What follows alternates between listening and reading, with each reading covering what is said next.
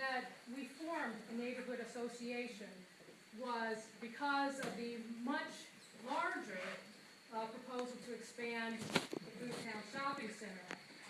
And in that process, we learned a whole lot about how businesses are operating in Cold Spring, particularly in the Chestnut 9D corridor of business. One of the main things we learned was that there really is no mechanism for enforcement in Cold Spring. So when you have issues about parking, when you have issues about deliveries, when you have issues about people hanging out and garbage, there really isn't a mechanism set up to totally deal with those and to bring businesses completely into compliance. That's one of the problems as we see it. We learned that even though you may designate parking spaces for employees, they park where they choose to park. We learned that people are very creative in how they drive through and around the business. And we learned that there really is a difference between a chain like Foodtown or the M&T Bank. The M&T Bank has very restricted hours. It's a relatively quiet business. It does not have deliveries in tractor trailers or deliveries in tanker trucks. It doesn't have deliveries that come multiples at a time. It doesn't have people crossing over one another trying to get there. And in the case of the M&T Bank, it has a very large property. Now, we got together, my neighbors and I, and we talked about this, and we drafted a number of points that we wanted to bring up about this project.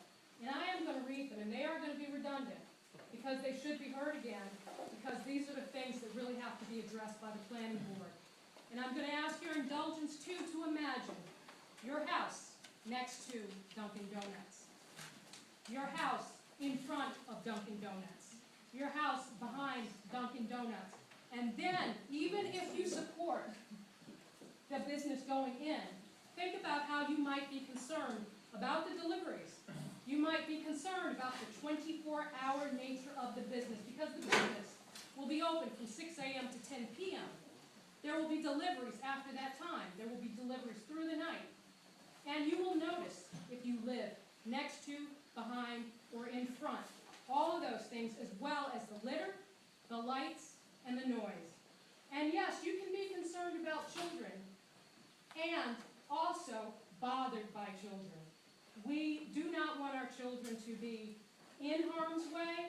We also don't want them to create havoc hanging out. So, this letter is from the Benedict Road and Marion Avenue Neighborhood Association.